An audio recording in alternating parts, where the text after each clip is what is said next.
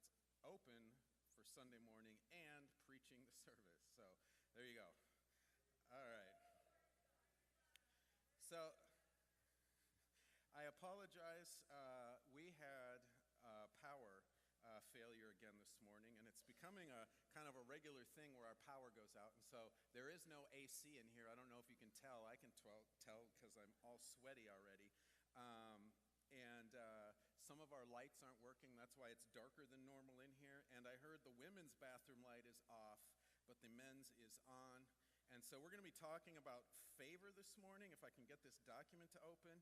And so we've determined already that God is giving the men favor and not the women on this first Sunday, or this last Sunday in 2024. Amen?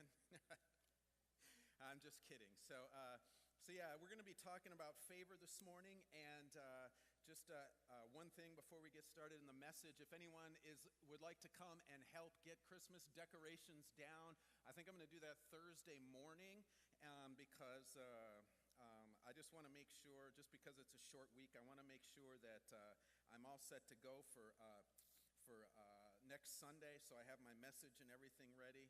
Oh my gosh. Dana, can you bring me that? The iPad is not working. I don't know if the FAM Church Wi-Fi has power because I can't access the internet. So I'm going to have to switch from my iPad. But yeah, take it down on Thursday. That way Monday, I definitely get my message and stuff ready for Sunday morning, so that I'm ready to go for next week.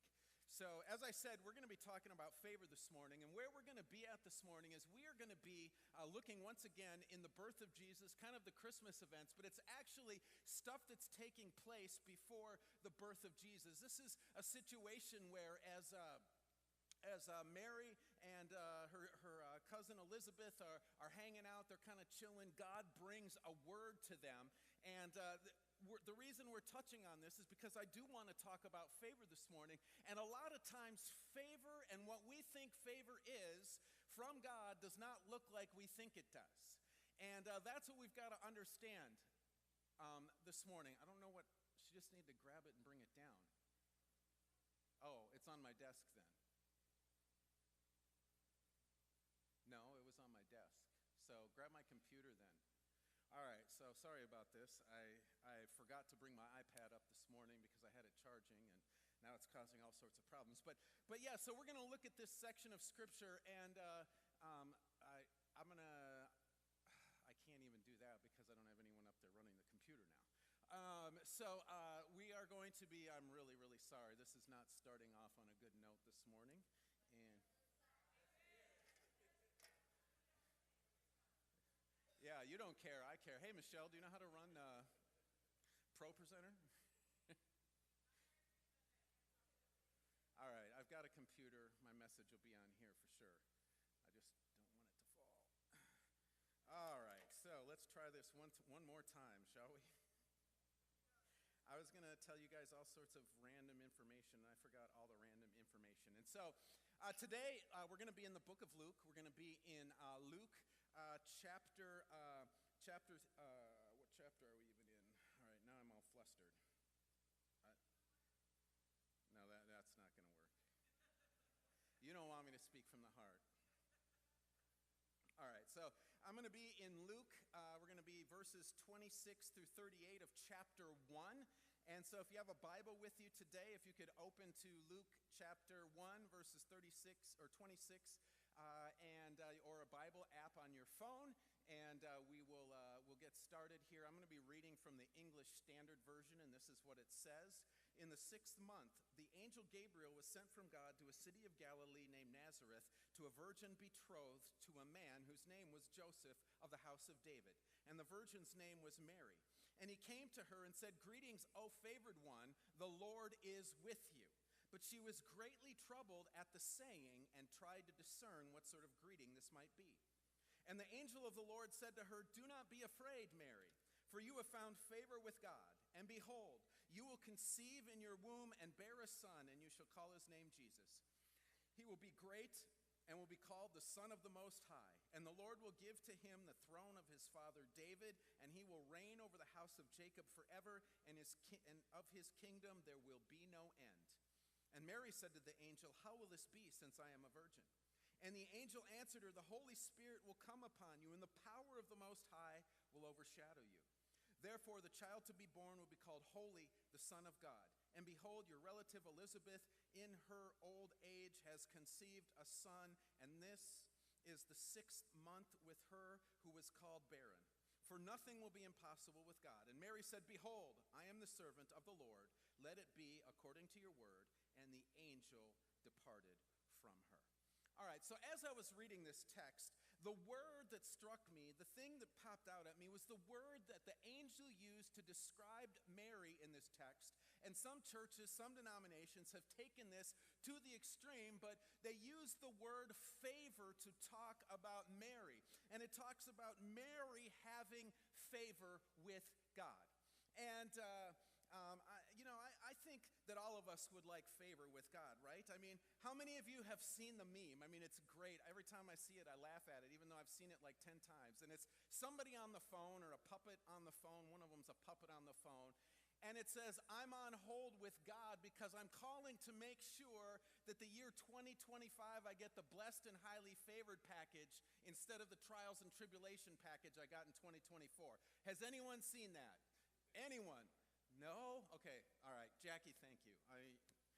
Somebody's paying attention. But it's the thing. I mean, we all want God's blessing. We all want God's favor. We all want God's hand on our life. And so we've got to ask the question, what does that even mean? What does favor mean? What is the picture of that? And if you were to look in the dictionary, I mean, it's described as an act of kindness that is beyond what is normal.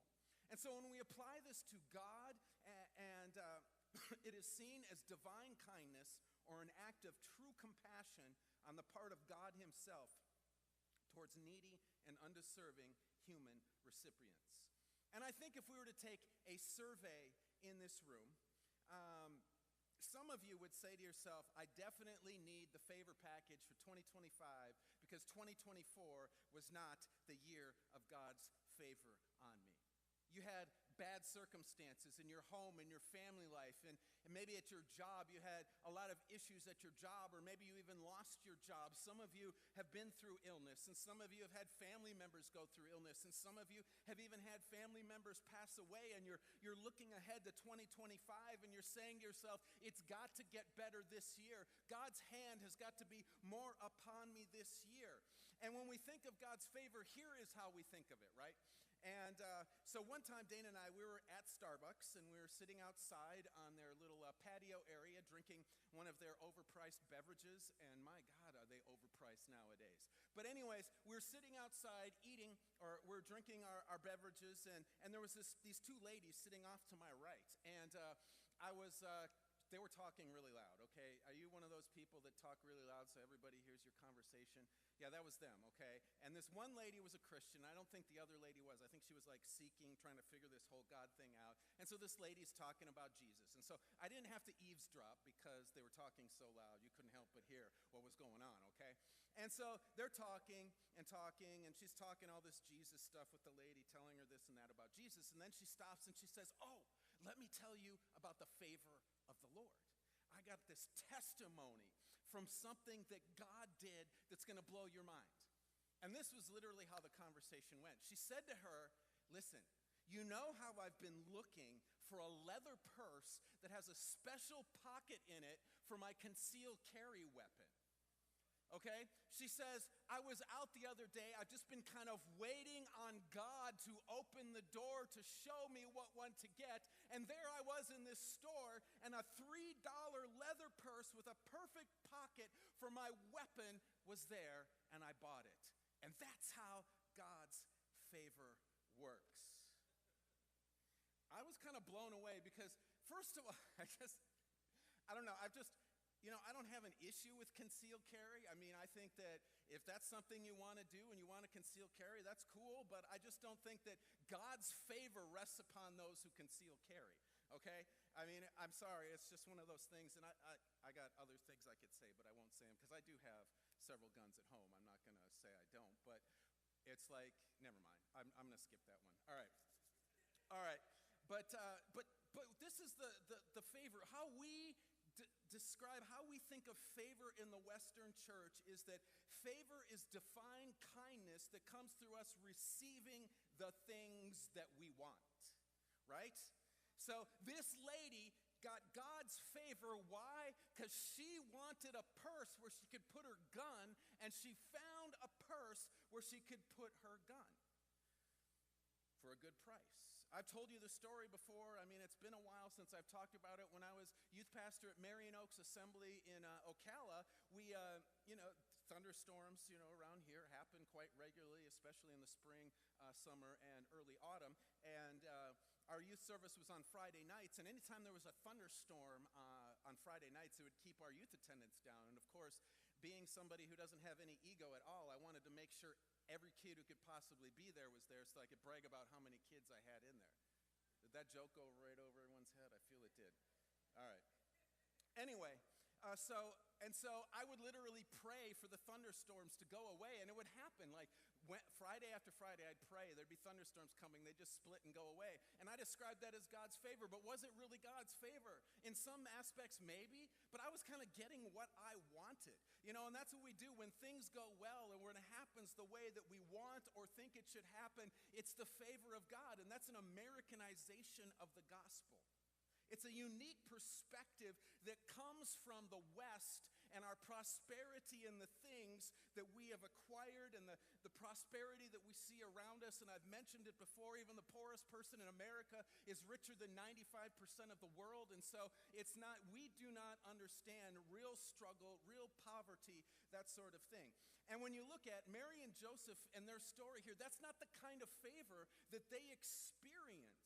You wouldn't describe the favor that God gave Mary and Joseph as one where they just kind of got everything they wanted, that God just blessed them. They had, the cars and the house and the fields and all this great stuff. Because as soon as this word dropped, guess what happened?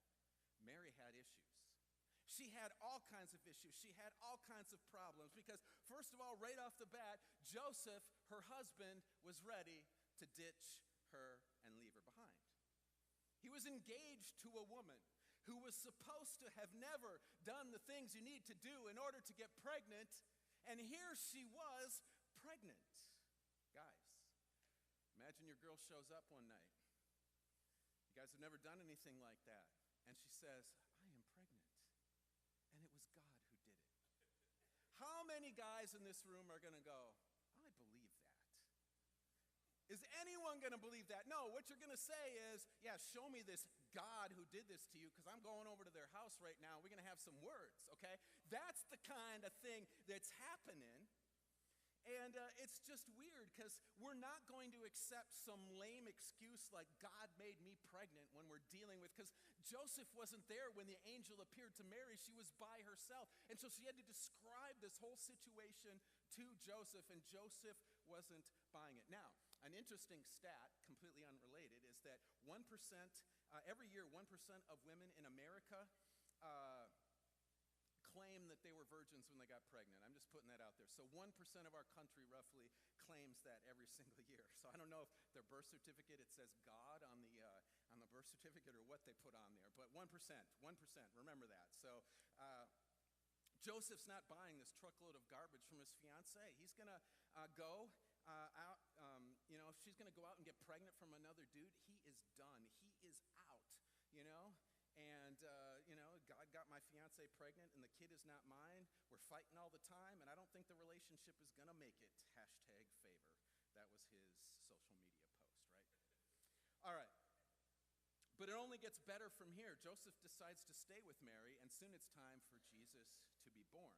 And she goes on her road trip to Bethlehem. And if you were here on Christmas Eve, we described this in more detail, but this was not an easy road trip. This was not a simple event. This was not something that was fun, that was nice, that was comfortable, that was enjoyable. She didn't get in to her luxury SUV and drive the 90 miles from Nazareth to Bethlehem. She walked, she journeyed, she was 9 months pregnant, carrying a baby, going up and down hills in the heat. I mean, if it was raining out, she was wet. If it was snowing out, she was cold and wet. If it was cold at night, she was in the cold. If it was daytime and the sun was blazing down and it was 95 degrees, she was boiling hot. This was the condition of her journey.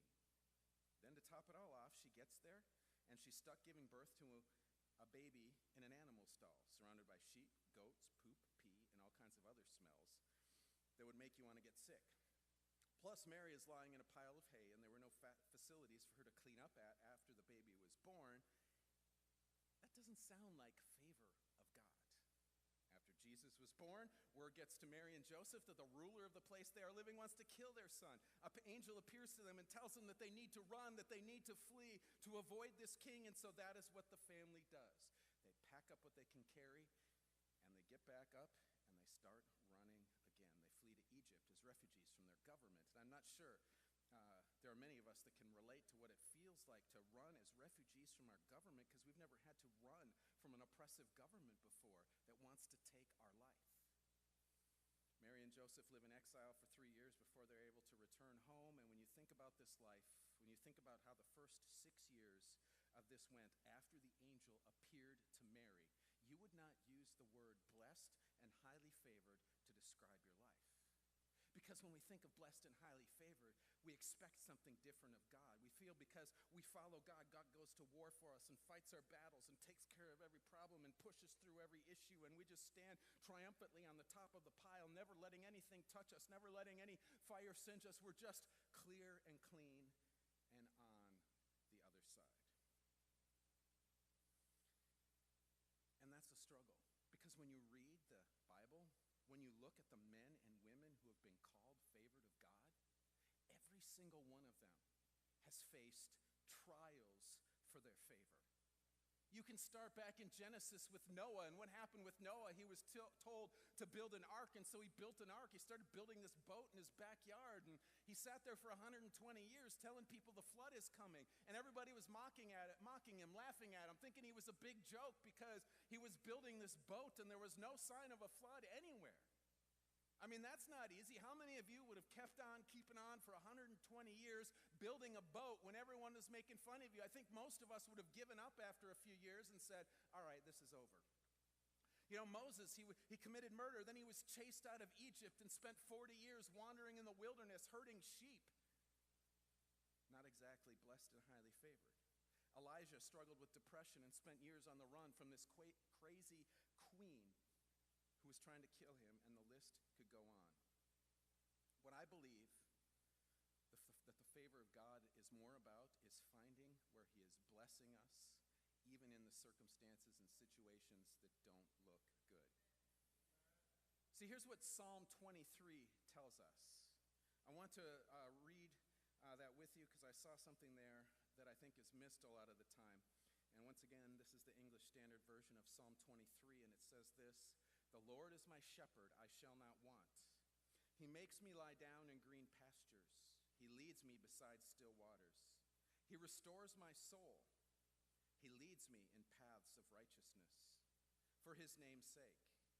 Even though I walk through the valley of the shadow of death, I will fear no evil, for you are with me. Your rod and your staff, they comfort me. You prepare a table before me in the presence of my enemies. You anoint my head with oil, my cup overflows. Surely goodness and mercy shall follow me all the days of my life, and I shall dwell in the house of the Lord forever." So you may be saying to yourself, well, what do you see here? I mean, what exactly are you looking at? In the middle of this whole thing is this phrase, "Even though I walk through the valley of the shadow of death." And I think that's the pivotal phrase that holds this whole psalm together. He makes me lie down in green pastures. Where? In the valley of the shadow of death. He leads me beside still waters. Where? In the valley of the shadow of death. He restores my soul. Where does he do that? In the valley of the shadow of death, right? And I think a lot of times we picture stuff happening when we're not down here in the valley. You know, we're down here in the valley, things are sucking, God's not moving, and we wait until we get up on the ridge of the mountain, and then all of a sudden great things are happening, God's moving, God's working, and that's how things change. No, it's in the very shadow of death where we meet God, and we encounter his favor there. Because he leads us through those dark and troubling times that we face. They were in the valley, Mary and Joseph, they were in the valley of the shadow of death for a long time. I'm sure that they were wondering if this favor they were experiencing was ever going to come to an end. Because when you're under that kind of favor from God, you want it to end, right? When everything's going crazy, your whole life's a dumpster fire, you're just like, I want this whole thing over with for the love of God. God, get me out of your favor. So this brings us to the point of all this. What can you and I do to make 2025 a year where we are seeing God's favor? The first thing that we need to do is not look for the American dream as the proof of God's favor on our life. As we already said, the church in the U.S. has determined that prosperity financially is a sign of God's favor on us. If we have a lot of money in the bank account, if we have a nice car, if we have our dream home, we take great vacations and live the life that we want to live, then we are under God's favor. See, the problem with that is that when we do that, we decide what we want to have, what we want to do, how we want to live our life. We say, this is the best way to do it, and if God loves me and is giving me favor, then that is the life that I should live. But it's different than the message that Jesus preached when he was on the earth. He never preached that favor is going to come through financially making it in this world. That was never his thing. As a matter of fact, Jesus' call to everyone who believes in him is a little bit harder, is a little bit more difficult, is a little bit more challenging. Luke chapter 9, verses 23 through 26 says this. He said to all, if anyone would come after me, let him deny himself and take up his cross daily and follow me. For whoever would save his life will lose it, but whoever loses his life for my sake will save it. For what does it profit a man if he gains the whole world and loses or forfeits himself? For whoever is ashamed of me and of my words, of him will the Son of Man be ashamed when he comes in his glory and the glory of the Father and of the holy angels. See, gaining the world is not the sign of God's favor on your life. Denying ourselves, taking up our cross, and walking that out, that's the sign of God's favor.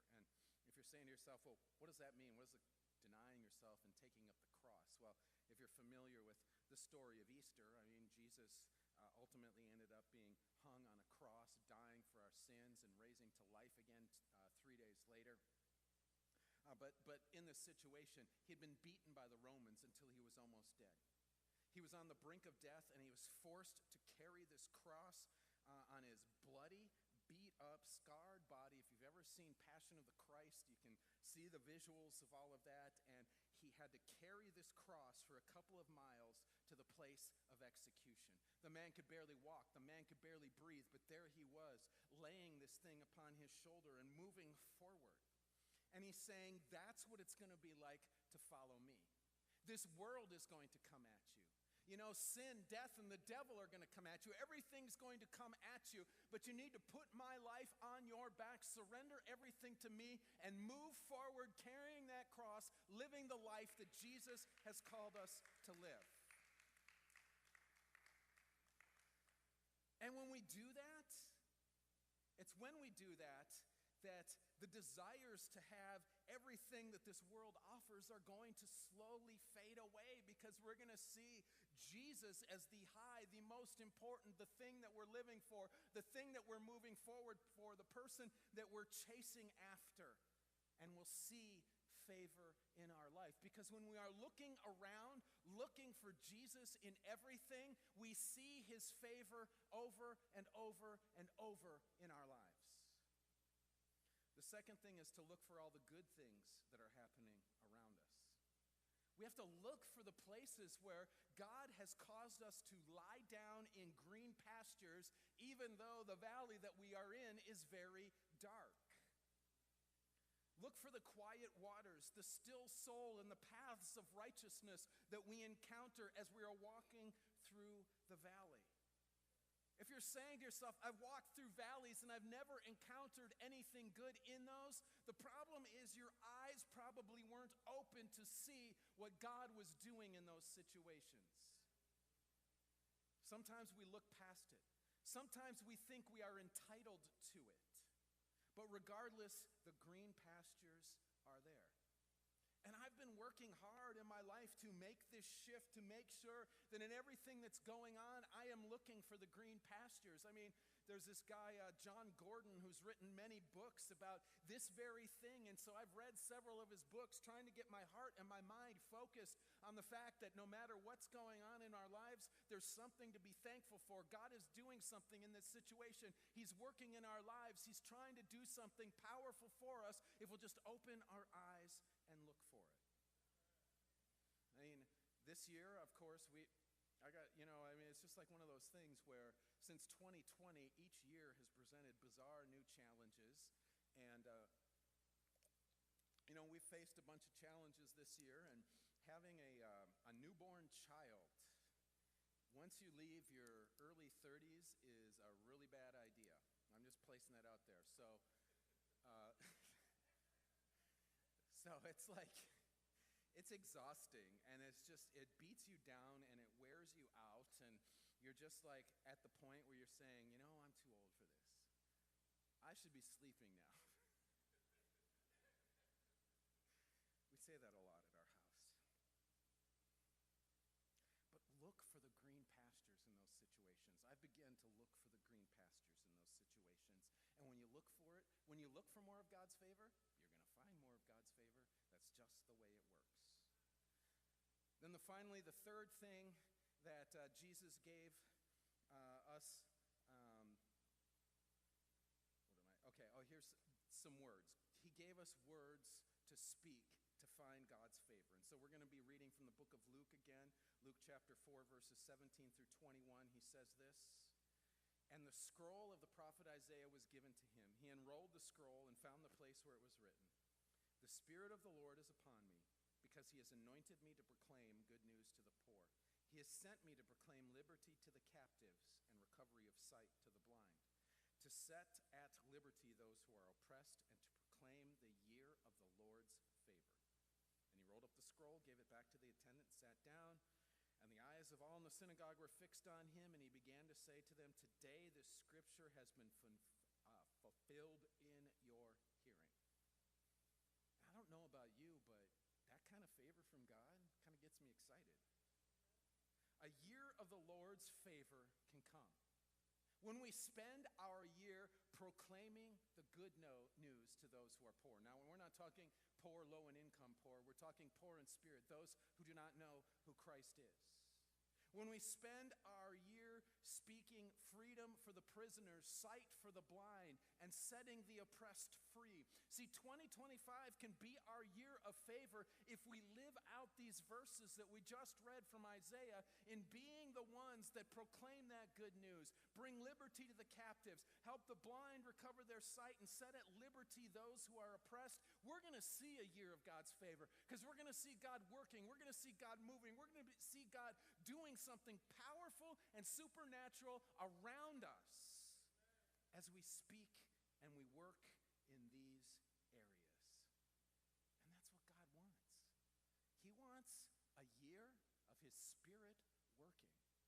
He wants a year of his favor upon us where we're seeing fruit, where we're seeing salvations, where we're seeing people set free from bondages and addictions, where we're seeing people healed, where we're seeing powerful things happen. And so if we live that verse out, those verses out, that's what we're going to see this year. And so we're going to close in prayer. And I just want to challenge everyone. One, to start looking for God's favor in all of the stuff that you're going through.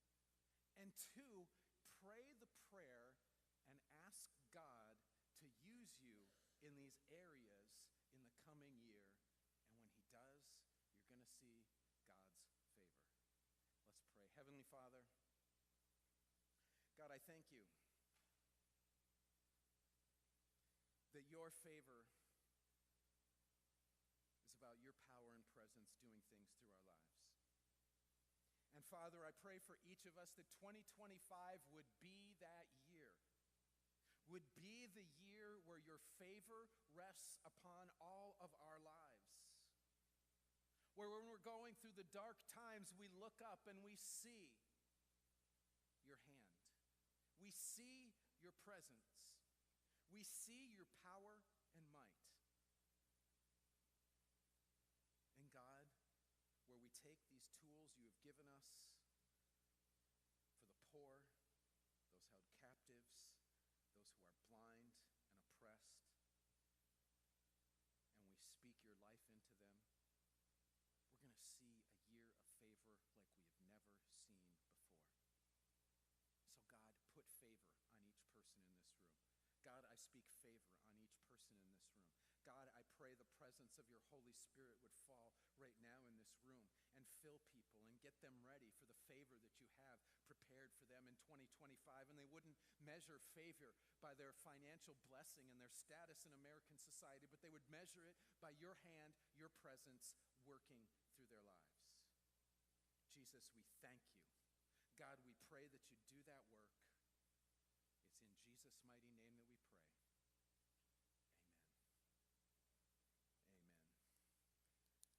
Well, with that concludes our final service in 2024. Next Sunday is 2025. And so we're expecting a year of favor for everyone in there. Thank you guys for being here today. And like Pastor Joe said, there is no Wednesday night service this week. And so nothing going on Wednesday night. It's New Year's Day. Have a good time. Watch lots of college football. And I hope whatever team you're rooting for makes it to the championship. Because, Alabama's out, so is that all that really matters at this point? I don't know. Anyway, so everyone have a great week.